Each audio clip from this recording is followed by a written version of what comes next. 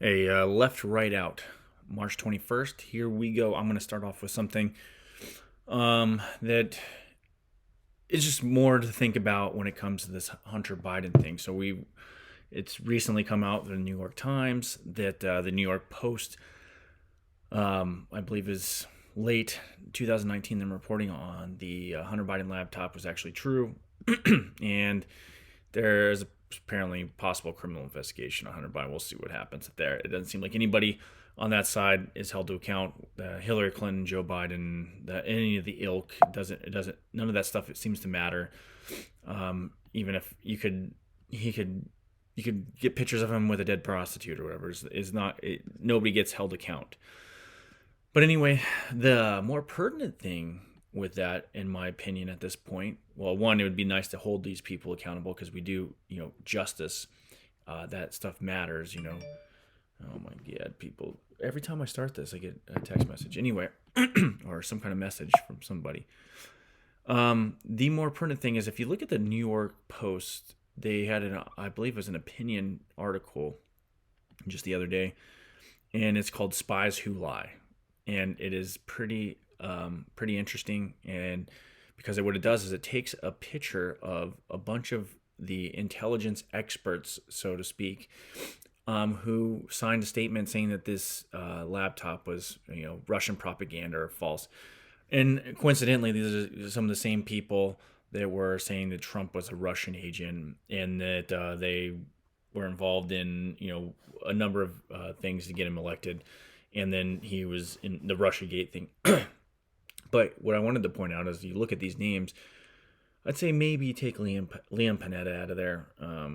He's the only one I could see that might have an inkling of any sort of integrity. That might be misplaced by myself. But so you look at the two in the center there, John Brennan and James Clapper, people that have been known to lie in front of Congress. We've caught them, yet they have never been held accountable. In fact, some of them I believe Brennan has a job on CNN, which that leads to another whole question. What's going on there? And his connections and his backstabbing of President Trump. Then you have Cynthia Strand, I believe, is another one of those names. Michael Hayden, another guy that's been lied. What it really means to me is these so-called experts is like they have discredited themselves. They've discredited the agencies that they were part of, or some of them might still have ties to it. I haven't really looked into all these other gentlemen and ladies here, but I know about half of them I've heard of and know of, and out of the ones that I know of, confirmed, about almost all of them have lied in one form or another under oath to Congress and were doing unconstitutional things to the American people knowingly, and it's pretty alarming, really. And their connections, who knows what they might be. But anyway, I wanted you to look into that. There's an interesting piece there. And that also, like I said, it discredits the institutions that they represented, and it makes you question everything about what they present, even in, before and leading up to what we're seeing today.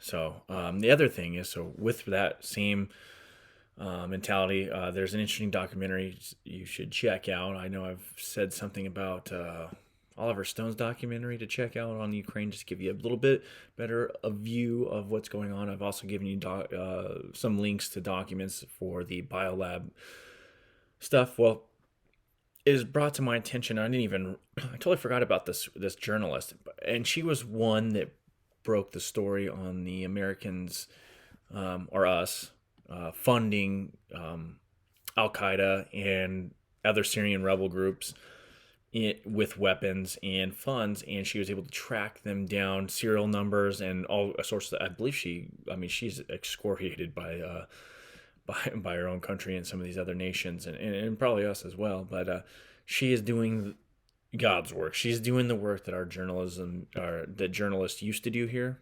That we, one of the reasons we have them in the First Amendment is because of investigative journalists like her exposing corruption, exposing the stuff that makes governments feel uneasy, and holding people accountable. And I cannot pronounce her name, her last name for sure. It's Dilyana Gaitantseva, whatever. She's Bulgarian, but she did an interesting piece called "Diplomatic Viruses," and this is a few years ago. I believe it was 2018. It was either 16 or 18. Oh, 18, 2018. And she really goes into these labs that are being constructed or being operated by the Pentagon that are in various nations around the world, particularly the one in Georgia, which we've talked about. In Georgia, the country, just in case you didn't know that, the Lugar Center, and some of its studies and the documents, and she, loosely ties those into the ones that are operating within Ukrainian borders. And it talks about some of the operating procedures. It talks about what they're doing there, some of the operating procedures. She confronts people. She gets interesting testimony from not only people leaving the institute there, or this institute, the center, the biolab center in Georgia, but also talks to the Georgian former officials there about it. Like I said, has documents. Is very interesting to watch that and then see how our own government is lying and denying all this stuff. Which, like, at this point, we have lost all credibility. I don't care about credibility on the world stage. I care about well, you do care a little bit about that, but we should be, like Just for All. We stand for certain principles and being open and being an open society. At least we shouldn't lie about these things, but the credibility within our own people, within our own electorate or American citizens, that's what I care about. And it seems as though we've lost all things. They seem to lie every turn now. Everything they say about anything is a lie. So now I have to look at everything that the government reports with a skepticism above all else. And not that we haven't done that before, but now it's like peak. It's like you almost just come at anything they say as a lie, and most of the time you're proven correct. So it's like the boy that cried wolf. So finally, they might get something right. We're flabbergasted to the point where we can't even act on what they say. So, like, what's the point anymore, right? So that's something to check out because that's proven true. The other thing is we'll go militarily, then economics, and we'll end this thing because I like to keep these kind of short. I've said before, we're already 7.5 minutes. So on the Russian-Ukraine thing, pretty much Biden's come out and accused Putin of being a war criminal, which now we have the second order effects on that are coming down the pike with the Kremlin pretty much saying that they're almost to the point of just cutting complete ties, with the West. I mean, the ambassador was called in and he was told that, Biden's words have gone like almost one step too far, which I don't know, whatever. Get over it. But yeah, Biden shouldn't, let's act presidential. How about that?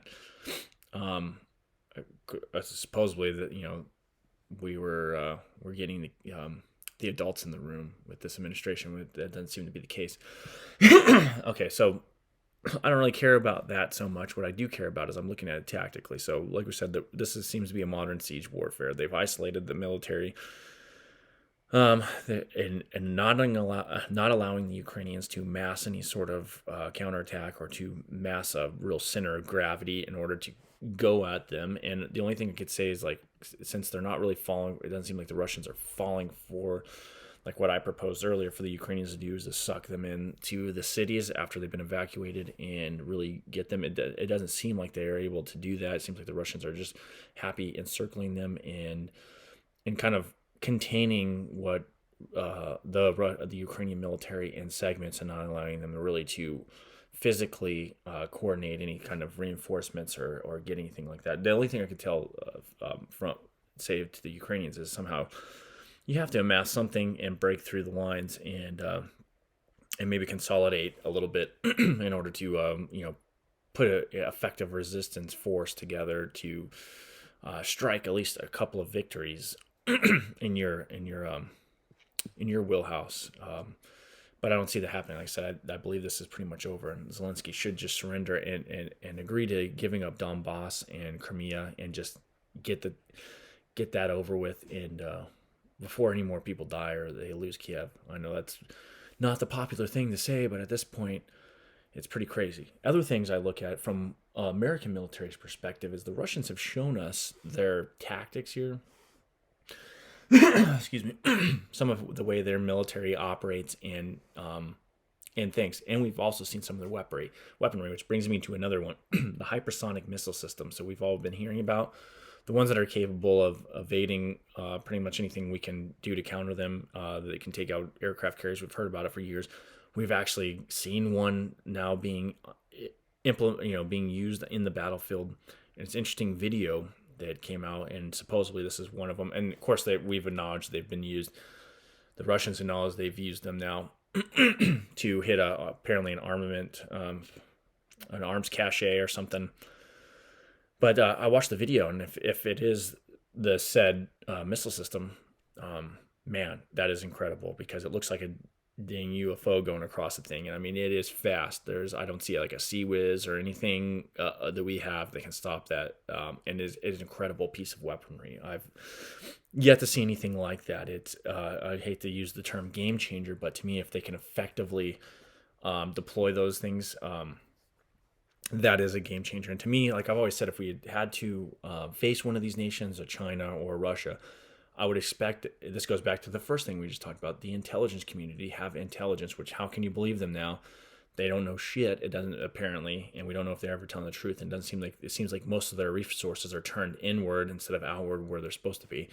But we would need to know at least the majority of the nuclear weapons where they're at in order to neutralize them, so they wouldn't be able to be used in the battle space, or in civilian terms. In this case, now we have another asset that we need to keep track of, which would be the supersonic missile, how they're being deployed and where they're being held at. If we were ever to go into any kind of battle with Russia, because that thing looked devastating. And we currently don't have them. I believe Russia and China are the ones that are wielding this type of weaponry. And to me, us not having them, after seeing that video, is kind of inexcusable, considering the budgets of our military and how do they have this kind of weapon systems and we don't. I don't understand that. But I guess we're just spending $1 trillion on an F-35 that a majority of the parts, I believe, are probably manufactured in China, and also trying to compel the various branches to just use that platform, which leads you to any kind of critical vulnerability within that platform to be now applied across the entire military, which I've always argued against, even when I was enlisted, before I became even an officer, when I was enlisted working with aircraft, when we were supposed to get the F-35 then, and we didn't. But the fact that the plan that was talked about was to get rid of all F-18s, at least for us, and they were going to get rid of F-22s. And in fact, I believe under Obama they stopped making the engines for, and to adopt the F-35 entirely and get rid of F-16s and stuff. That was what was being talked about. Of course, that was the rumor mill, the scuttlebutt, and I was like, well, what if happens, like, you find a weakness in there? Or at the same time, we were also worried about software that could be put in place from the Chinese government. That could be some kind of critical. It doesn't have to be much, you're talking about stealth aircraft. We were worried about F-18s, but this could happen in F-35. A stealth aircraft, yeah, you can't see it, but all you need is some kind of little beacon in there that may be undetectable. I don't know. There's a lot of possibilities there, but we were worried about that stuff, having critical vulnerability within our air forces, and having one platform across the military seems pretty precarious. We should have various platforms just in case there is a vulnerability discovered within that, just tactically, just thinking about it. Anyway, and the whole money thing, which they argue, well, if we had one platform, well, we're way up beyond that with $1 trillion. That was one of the most expensive military projects, I believe, ever. So the whole money excuse is out the window when it comes to that. Anyway, what else is there? Economics. Powell has come out and said he wants he's pushing, possibly because of way inflation, that we could see the half-point rate increases from the next couple meetings. We are seeing the market kind of oscillate around here. Like I said, the day-to-day stuff, we're gonna have. I can't really pay attention to that as much. when it comes to the market itself, because it seems like you got a psychology that within a day, like last couple days, end of last week, the market was rip roaring, even though all these warning signs are out there. It's pretty insane. But today it's down a little bit over past thing. But here's what I look at. I look at the bond market. Like I said, we've looked. That was one of the things I always said. The bond market. So we look at the 10-year. We're at 2.3, almost 2.32, just like that, just like that. Now this is why we look at that as an indication of things to come. Now you can argue in the past that's actually, this is actually still pretty.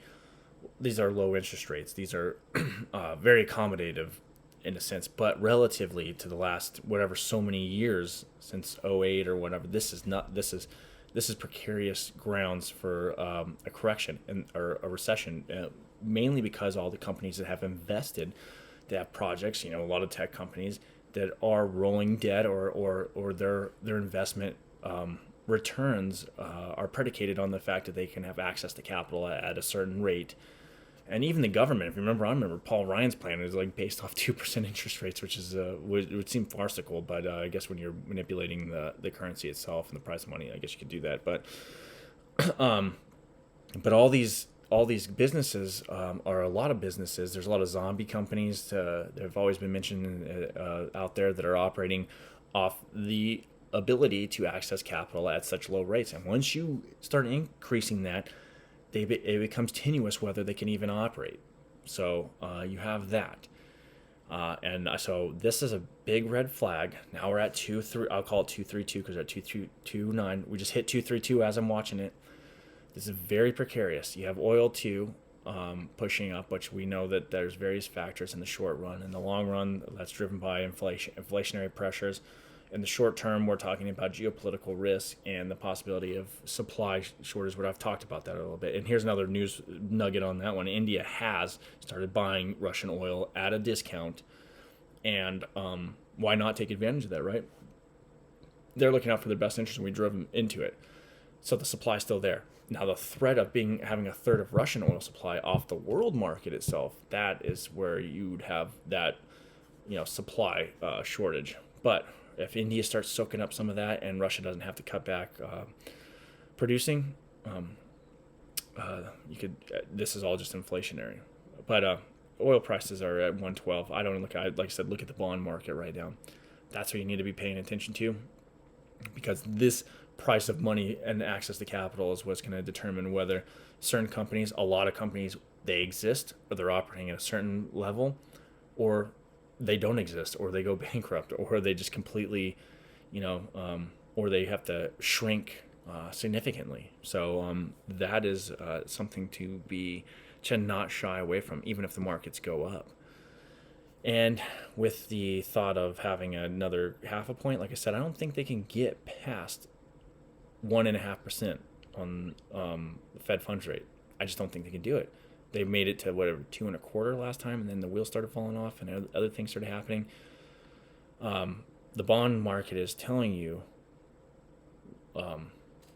is making this move beforehand, but once the Fed funds rate gets up to, like I said, 1.5, I don't think we're going to start seeing some significant impacts of that. And I'm not. It's going to hurt. It's going to hurt the market. It's going to hurt a lot of things, but it's necessary. We should have taken this pill a long time ago so it wouldn't hurt as bad. This is why it's so important to have a free market in money, half of every transaction. It's so important to have the pricing mechanisms not dictated from a little segment group that is influenced by politics and other underlying interests. It is very significant. It affects us all, and is, like I said, it's the first node, the root causation of so many of our problems. Of, I'd say, almost the entirety of all of our societal our problems in this country and around the world. Anyway, I'm going to leave it there because we're almost at 20 minutes. I want to keep this under 20 minutes. I appreciate the support. Like, subscribe. Talk to you later. Peace.